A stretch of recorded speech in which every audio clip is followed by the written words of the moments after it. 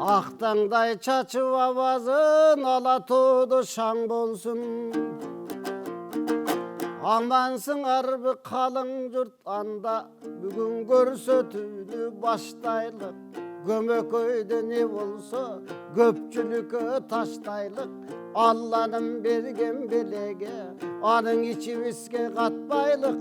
Амансың арбудың қалату қалқыбыстың барына. Аталардан кел атқан қылымдық салтын құшуда. Аларды қалқыбызға таштайлық. Анда барыңар жақыр келгілі, ошол ақтаңдайды баштайлық.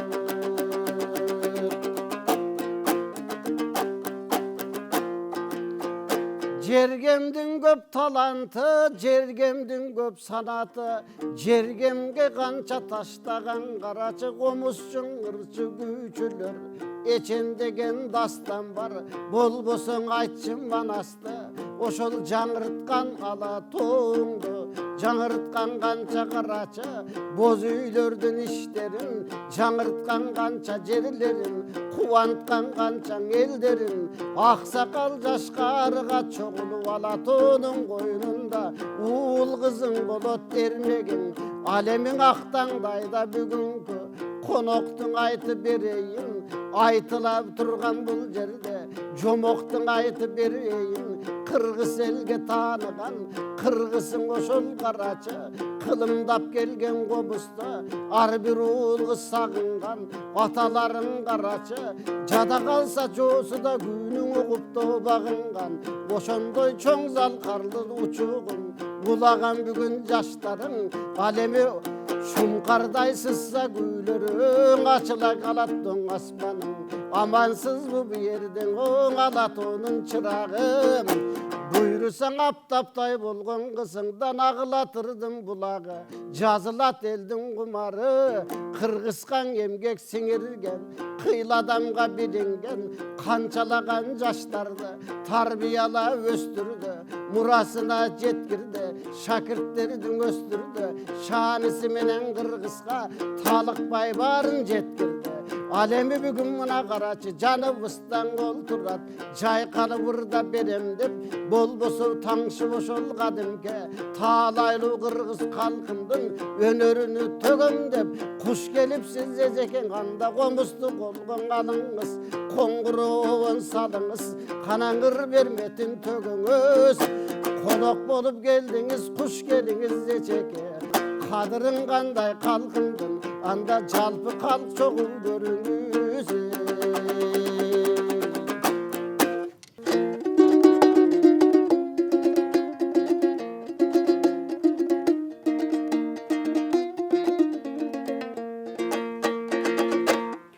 Түгөніп тұрған кезде бүті барғам, қуанып тосотқа деп күтіп барғам.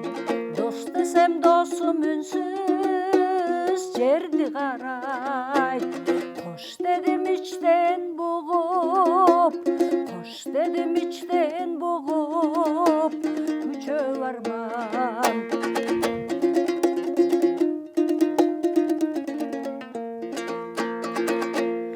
Көңілім чөгіп қайттым, бекер барғам, өзімді күнө болды, күтіп барғам. Мен эми тарынбаймын достуғанға, түгөнүп тұрса дағы, бүтүп барғам.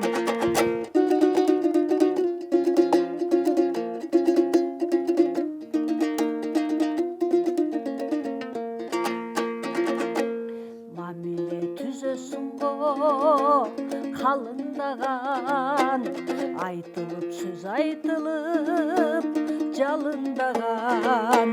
Мен эми өкүнбөймүн өткөн ишке, бар бекен түз баратып, бар бекен түз баратып чалынбаган.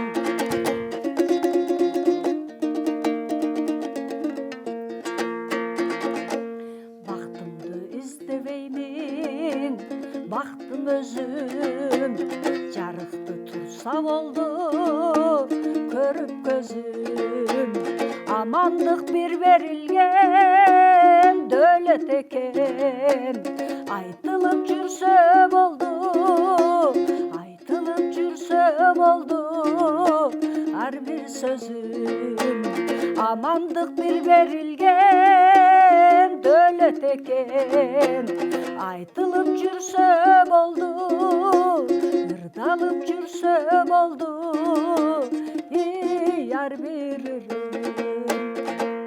Ey valli бар болуңуз. Негедир жан жүрөктүн бардыгын бай эрте коюп, негиз эле көп нерселерди ушул ойго салып, кандай учур экен баарын бааланта коюп, дароо эле сезимге бир көп нерселерди эске салдыңыз. Арбаңыздар, калың журт. Дагы бир ирет сиздер менен амандашып алалы. Бүгүнкү биздин сыйлуу коногубуз Кыргыз Республикасынын маданиятына эмгек сиңирген ишмер, белгилүү комузчу, обончу, аткаруучу, дастанчы Аптап Нышанова биздин коногубуз.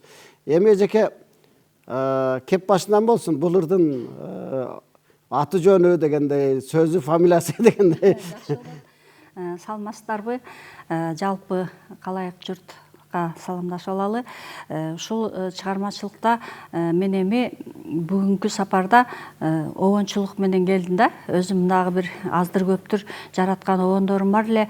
Ошону өзүмдүн аткаруумда элге таразага салып көрөйүн деген ниетте келдим. Эң сонун. Ушул мына амандык бир берилген дөлөт экен деген чыгарманы жөнүндө кичине айтып берсем, бизде улуу акыныбыз Манап Алиев раматтуулук болуп кетти. Ошол агайдын юбилейи болуп калды, 50 жылдык тою болуп. Ошол торколуу тойдо өзүнүн китептерин алып келип жарыя кылып, ушул китептерди окуп чыгыңыздар. Арасында мен жазган тексттеримен жаккан болсо, обон жаратыңыздар. Анан ошол обондорду карап көрүп, анан мындай жаккан номерлерди концертке кошобуз деди. Анан филармониянын оркестри биз ошол убакта агайдын ырларын окуп атканда артына фон болуп ойноп турган элек. Анан китептерин алдык.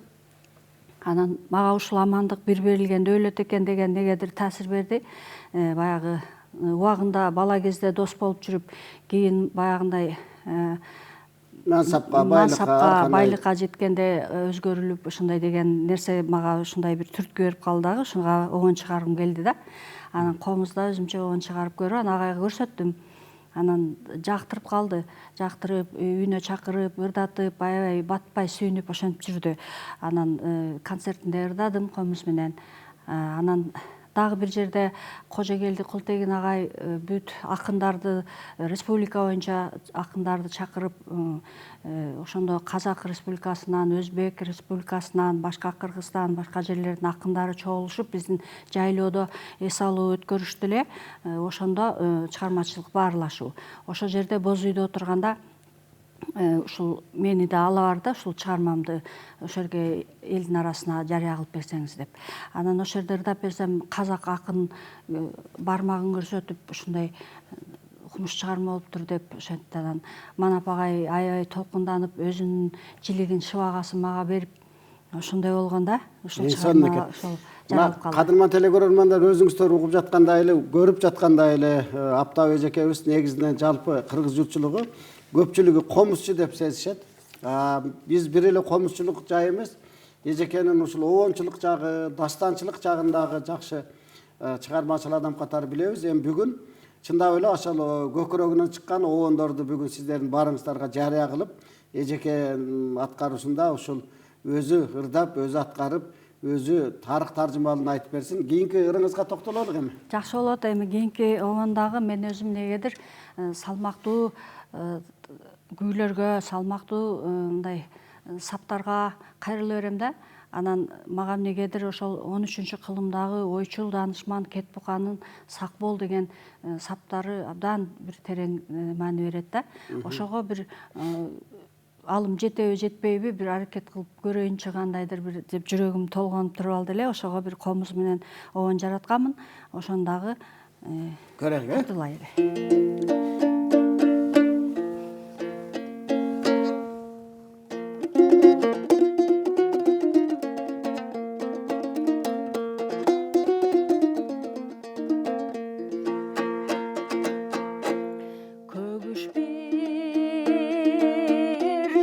тону кыян жууп көрүп бузулат сак болгун көсөмдөрүң элди алдап көч бузулат сак болгун өзөгүңө өрт таштап өз бузулат сак болгун сөйлөтүнөн ажырап сөз бузулат сак болгун эй сөз бузулат сак болгун салкын бир тону кыян жууп салт бузулат сак болгун намыс түгөп ар түгөп нарк бузулат сак болгун кара тили калп минип карт бузулат сак болгун калыс сөзүн айта албай калп бузулат сак болгун эй калп бузулат сак болгун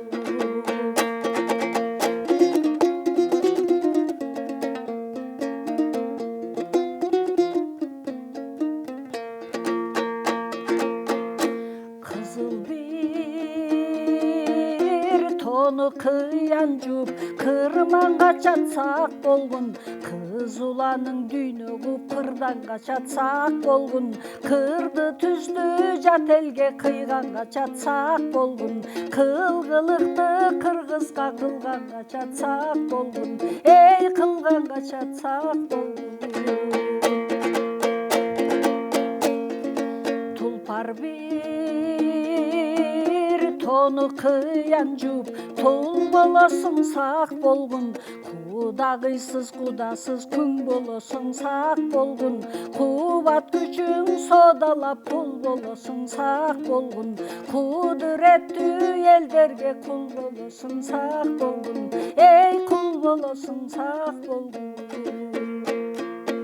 ey balli кетпка бабабыздын чыгармалары чындап эле калың журтка абдан чоң таасир берип, дал ошол айткан учурлардын баардыгы элибизге болуп атат. Чындап эле бүткүл ааламды азыр ошол ааламдашуу өтө тездик менен негизи кооптуу болуп турган мезгилде биздин калкыбыздагы ар бир пенде өзү сак болууга тийиштүү, жетиштүү сөздөрдү бизге жеткирип кеткен да. Аман жүрүңүз, мына жакшы обон болуп туруп, эми калктын таразасына койдук, калк өз баасын берет, калктан ашкан сынчы жок дейт. Элибиз дайыма ушундай бир ар убакта ошол өнөр адамдарына өзүнүн чыныгы көз карашы менен карап баасын берчү бул жалгыз калың журт. Рахмат, бар болуңуз. Жакшы чыгарма болуптур. Эми негизи эле ушул сиз чоң залкар комузчулар Болуш Матазиев, Садыбай Шабданов, Факырдин Баяковдор ошондой улуу комузчулардан сабак алып, Нурак Абдырахмановдордон дегенде азыр деле өзүңүз мына ошол улуу көчтүн учугун улап, бөйдөлөп, чоң сереге чыгып турган мезгилиңиз да. Күйдөн обонго, дастанга кайрылганыңызга эмне себеп болду? Мага негизи бир нерсе себеп болот экен да. Баягы мындан 2-3 жыл мурун болуп калды окшойт. Ушундай жай мезгил эле мен мындай эле кара сууда жүрсөм эле мага телефон чалынып калды. Көрсөм баягы патележе чалыптыр мага. Патележеге телефонду сиз берипсиз да. Анан ал кишиде мындай бир эме болгон экен да. Алымбек Татка атабыздын китебин жазып бүтүп, ошол китептин бет ачарын даярдап чыгарыш керек экен. Ошол бет ачарга ошол китептин ичиндеги Беш көкүлдүн кошогу деген кошокко комуз менен оон чыгарыш керек болуптур да. Анан мындай кайрылып сураштырып көрсө, сизге кайрылса ошол Аптап эжекеге кайрылып көрүңүз, ошол эжекенин колунан келет депсиз. Анан макул барып көрөйүн деп анан мен ага чейин оон чыгарыш деле оюмда жок. Кандай оон чыгарсаганда болот экен деп эле коркуп да турдум. Анан бирок жок дей алган дагы жокмун да. Анан макул деп 3 эле күн бар дейт. 3 күндүн ичинде чыгарыш керек, ырдаш керек деди да. 3 күндөн кийин болот ачылыш деди. Макул деп кеттим. Анан баары эле 3 күнгө чейин эле толгонуп эле, комузум алып эле ушинтип бар жерде ушинтип жүрдүм.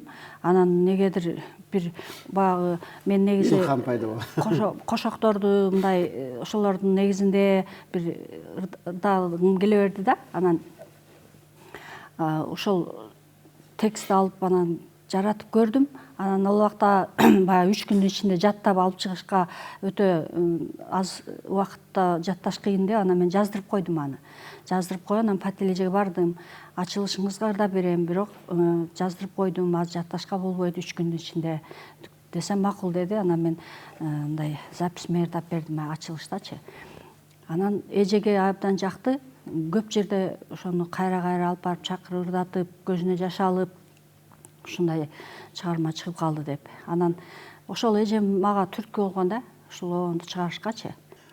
Биздин ушул бир учурда Бешкөкүлдү ошол сиз аябай кубанып даяр болду деп ушунчалык бир неме толкунданып турган мезгилиңизде биздин да тартып калган жайыбыз бар. Аны бир учур болсо дагы калың журтка көрсөтөрбүз. Азыр эми келиңиз өзүңүздүн аткаруңузда ошол баягы Бешкөкүлдүн кошогун айтып бериңиз калың. Жандуу айтып берейин.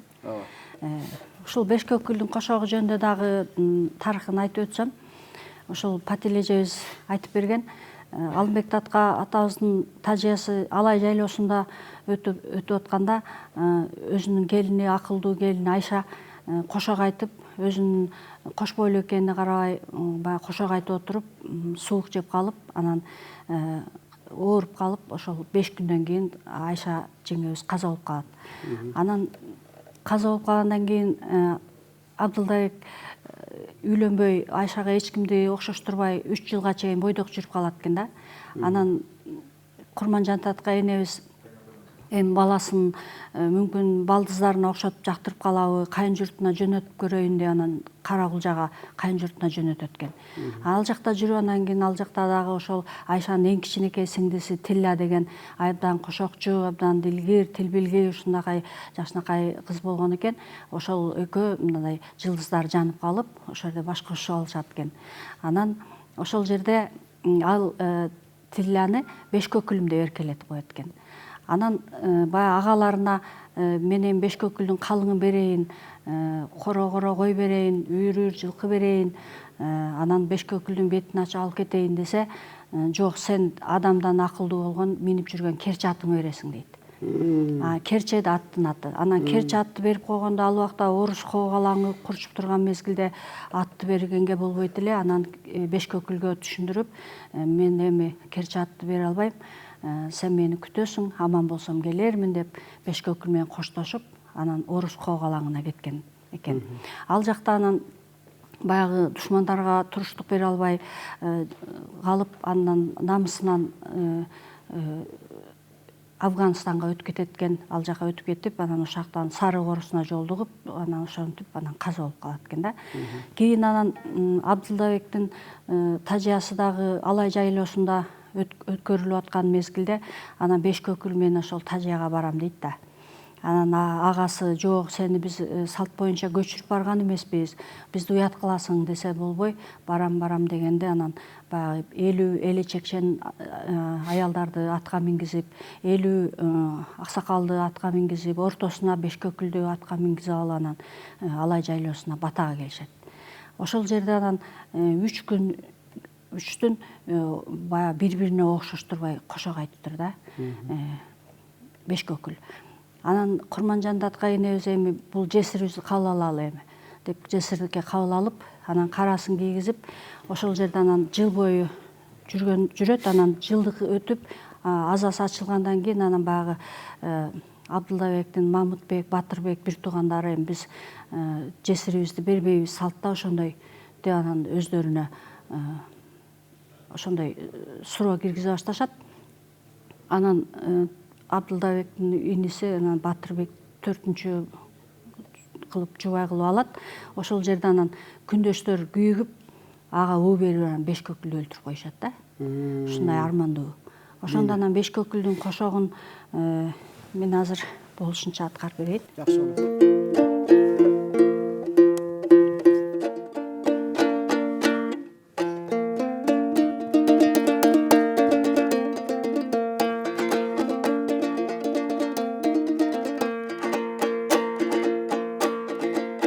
Айланайын энеке Асылбегим Мейганаке, кагылайын энеке Кайратбегим Канаке. Бешкөкүлүм 5 бөлүп өрөйүн дебей мен келдим.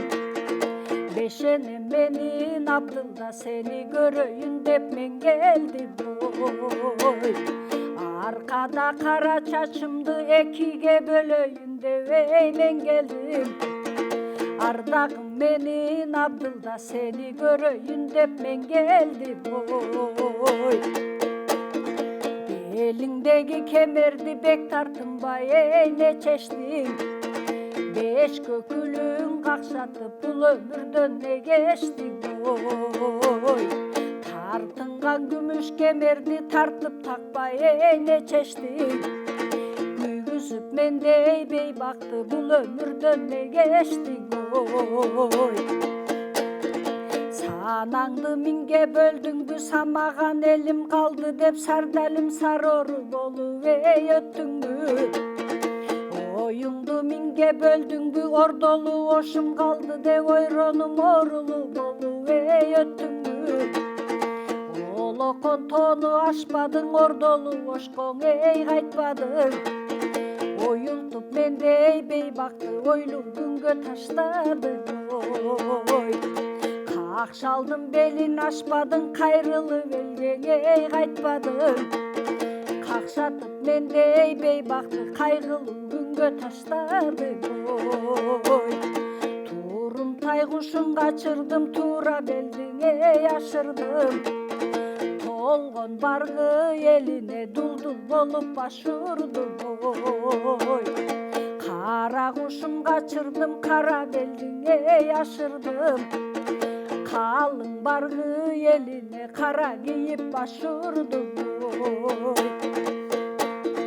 Караңды келип жамындым кабагым толуп кайгыга кадырсыз келин аталып кайгылуу күнгө кабылдым. Көгүңдү келип жамындым көкүрөк толуп кайгыга көрүмсүз келин аталып көйгөйлүү күнгө кабылдым. Атың келчеле бегим таң эрте кирип келчеле бегим. Кыямат жарым абдылда кадырды билчү жан эле бегим. Аргымат атың келчеле бегим айчыга кирип келчеле бегим. Ардагым менин абдылда абири бийик жан эле бегим. Кыргызды билеп башкардың бегим калк миллетин аткардың бегим. Ордолу ошту башкардың бегим эл миллетин аткардың бегим. Саймалуу болду өңүрүм саналаш жардан айрылып саналуу болдуң көңүлүм. Кештелүү болду өңүрүм келишкен жардан айрылып кейиштүү болдуң көңүлүм. Күйүп арырмын күнүм бүтүп өткөнчө күйүтүң айтып карырмын. Айтып арырмын ажалым жетип өлгөнчө арманың айтып карырмын. Карарып келген жамгырга капшыттап тиккен үй жакшы. Кайгырып келген мендей бейбака кайненем бары не жакшы ой. Түнөрүп келген жамгырга түндүктөп тиккен үй жакшы. Түңүлбөй келген мендей бейбакат кайненем бары не жакшы ой. Айланайын энеке айтканымаң көнүңчү. Бегимден калган белегим мырза паязды беринчи ой. Туумар кылып уулум деп тутуп алып жүрөйүн ой. Ай балли бар болуңуз. Мына кадырман телекөрөрмандар, билесиздер, Алымбек Курманжан датка улуу инсандардын тарыхый канча дагы ачылбаган дагы далай дастандары, сырлары бар.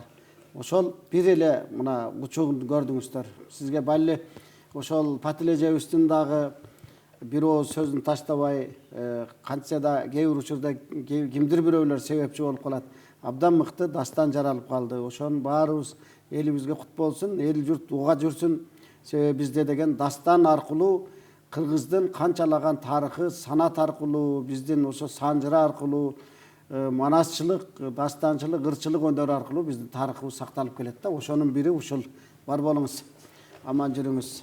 Эми мен угуп отуруп өзүм дагы ушул көдөнүмдө жашып кете жаздадым. Сизге кошулуп анан сиз төгүлүп кетеби деп анан токтоп калдым өзүм дегенде. Эми кийинки чыгармаларга токтололу. Ушул баягы Айша жеңебизден калган Мырзапаяз деген жалгыз уулу калган да. Ошону да айтылбай калыптыр да, ошол Мырзапаяз уулун мага бериңиз, мени уулум деп тумар кылып тутуп алып жүрөйүн деп кайненесинен суранып атат да. Курман жаннатына Эжесинен калган бала да. Ооба. Бул деген эми улуу тарыхта, ушул тарыхты кийинки муундарга түшүндүрө жүрсөк, тартууласак, калтырып кетсек деген түшүндүк да. Эң son бар болуңуз. Бар болуңуз. Эми кийинки чыгармаларга өтөлүк. Эми дагы бир мындай эл арасында ырдалбай жүргөн бир тарыхы бар чыгарманы айтып берейин. Бул эми өзүбүздүн эле азыркы замандагы эле болгон окуядан келип чыкты да бул чыгармачы. Бул негизи менин чыгармам эмес. Мен ушул чыгарманы жакшы көрүп ырдайм. Аткарып жүрөсүз. Аткарып. Биз мындай эле бирөөнүн үйүнө баягы жаңы үй куруп аткан жерге уста көрүп барып калдык. Ал жерде кара кулжалыктар экен. Анан мен комузумду алып бардым эле. Анан барып комуз чертип ырдап отурсак эле уста балдар келип эле комузуңузду берип турбайсыз деп калды. Анан комузумду черте аласыңбы десем, чертем деди, ырдайм деди.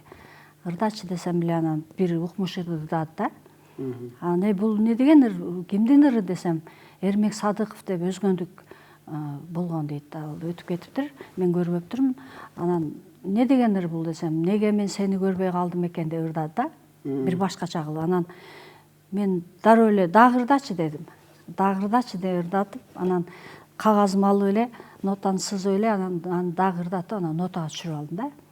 Нотага түшүрүп алып, өзүмчө ырдап жүрдүм. Анан Бекболот Абдыбалиев раматтылык абдан жакшы көрүп, көзүнө жаш алганга чейин барчу эле ушул ырдыккандачы. И деген жерин мен өзгөртүп берейинчи, сен ушул жерин ушундай кылчы деп, и деген жерин Бекболот раматтылык өзгөрттү эле. Анан бул неге мен сени көрбөй калдым экен деген мындай теманы укканда бардык эле адамдын ою башка жака кетет да, баягы сүйүү темасына кетет. Бирок андай эмес экен. Бул баягы бала кезден эки жаш бала тегиз өсүшүп, анан кийин баягы бириси врач болуп, бириси жөнөкөй эле болуп, анан баягы бала баягы клиптердин баары эле темасы ушундай болуп атпайбы азыр. Келип досуна келсе, досу врач, негедир көрмөксөн болуп кирип кетет. Же тааныбай калдыбы, иши кылып көрмөксөн болуп коет. Неге мен сени ошо көрмөксөн болдуң экен, неге мен сени көрбөй калдым экен деген бир армандуу минуталар да ошол жердечи. Ошол ырды жаңыртып берейин. Жакшы болот.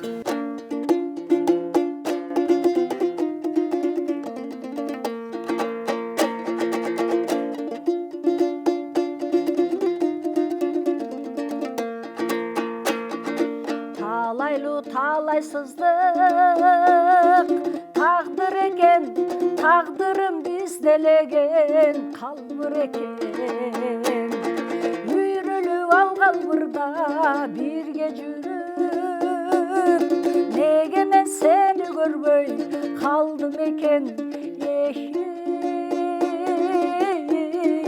калдым экен.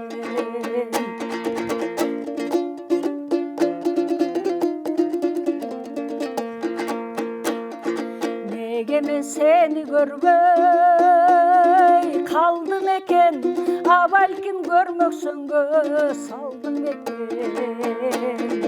Жаңылган орду толгуз жоготууну, жаштыктын күнөөсү деп элестетем, элестетем.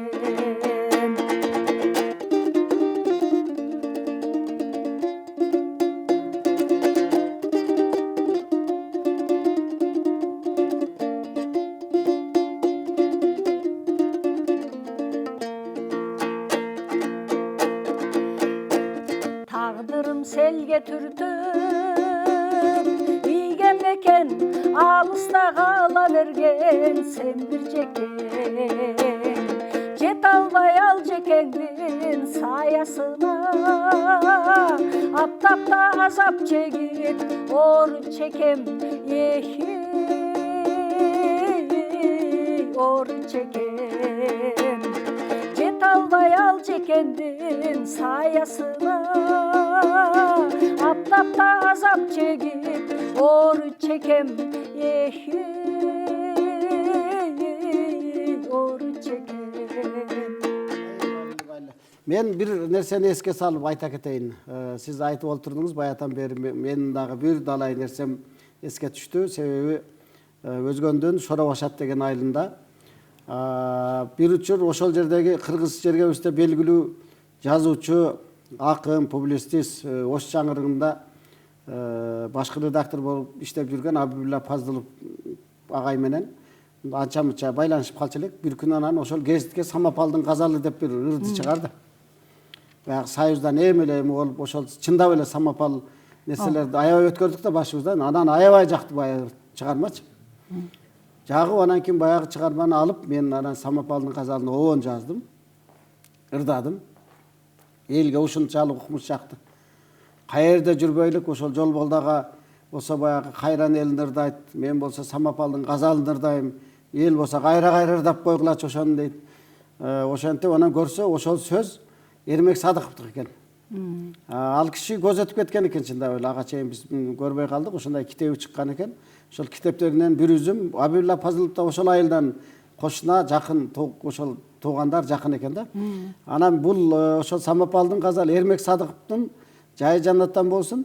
Ошол кишинин ошол ыры аркылуу мен Өзгөндөн ошол Шора Башаттан бир жорго мингем. Бул дагы өз касиеттүү чоң нерсе. Усман деген агабыз мына эске салып айта жүргөн жакшы да бул нерселерчи. Усман деген агабыз ушунчалык ошол өнөргө берилип, өнөрпоздорду аябай жактырат экен. Анан баягы мен Самопалдын казалын ырдап жүрөм. Анан Маданбек Айматов деген акын бар эле төкмө ошол Өзгөндүк. Ошол агабыздан айттырып туруп ошол баланы чакыргылачы мага бир. Мен бир жорго мингизип жөнөтөйүн деп анан жорго мингизип жөнөткөн да. Бул деген чоң тарых. Себеп дегенде ошондой улуу инсандар аз жашаган менен саз жашап ушунчалык чоң дүйнө элге таштап кетти да. Эми ошолордун арбайлары ыраазы болсун. Сиз ошо калтырбай ырдап жүрүңүз. Ошол дагы эл журтта ырдасын, бар болсун, баары амандыкта жүрөлү баарыбызчы. Ушул жерде кийин мен үйрөнүп алгандан кийин комуз менен кайра ырдадым да. Ырдасам боз үйдө баягы тез эле мынтип нота түшүрүп карап алган ырдап атабыз. Анан ошол нотага түшүп ит үрүп атпайбы? Деп тоңго түшүп жатат да. Баарыбыз күлүп, "Эй, Каракулжандын ити да нота менен үрөт" деп ошол сөз ошол жерде калган. Тамашалашып, баардыгы жакшы. Эжеке билинбей убакытта эле мына баятан бери байкалбай жакшы чыгармалар болсо, жакшы сөздөр болсо, элибизде ошол сөз кудурети дагы өзүнчө да. Анан чыгарманын кудурети да бар. Билинбей убактыбыз деле соңуна жакындап калыптыр. Эми бир чыгарма аткарып бериңиз өзүңүзгө жаккан. Эми улам мурдагы чыгармалар өтө жагымдуу, өтө унутулгус бир керемет чыгармалар да. Биздин бала кезибиздеги ырдап жүргөн ушу Түгөлбай Казаков агабыздын аткаруусунда ырдап жүргөн Карындашым деген чыгарманы дагы өтө терең жакшы көрүп кичинекейимден бери ырдап жүрөм да.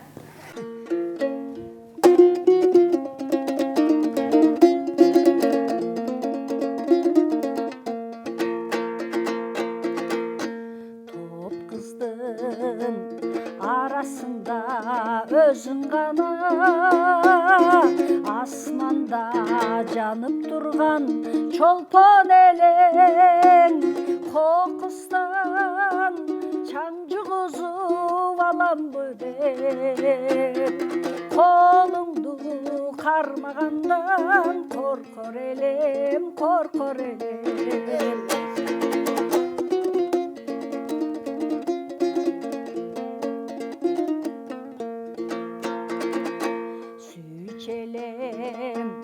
Böltür bulak sezim menen sezimdi sezdirmedim közüm menen tili yok mahabatım işte kaldı dünyada kim var deysin öküm bögön öküm bögön.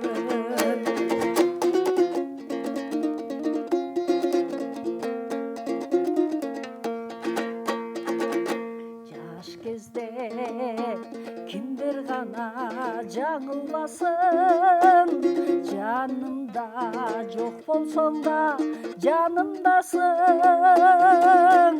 эңсеймин бирок сага жетме кайда бары болгун бажырайган карындашым карындашым эң сейбин бирок сага жетмек кайда бары болгун бажырайган карындашым карындашым.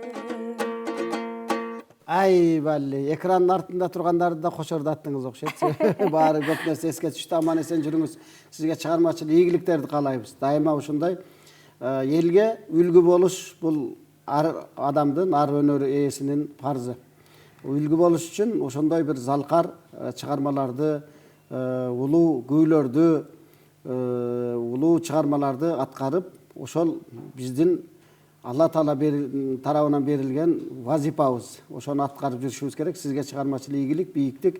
Кадырман телекөрөрмандар, бүгүнкү биздин Актаңдай телекөрсөтүүсүнүн коногу Кыргыз Республикасынын маданиятына эмгек сиңирген ишмер, комузчу, оончу, дастанчы, аткаруучу Аптап Нышанова болду.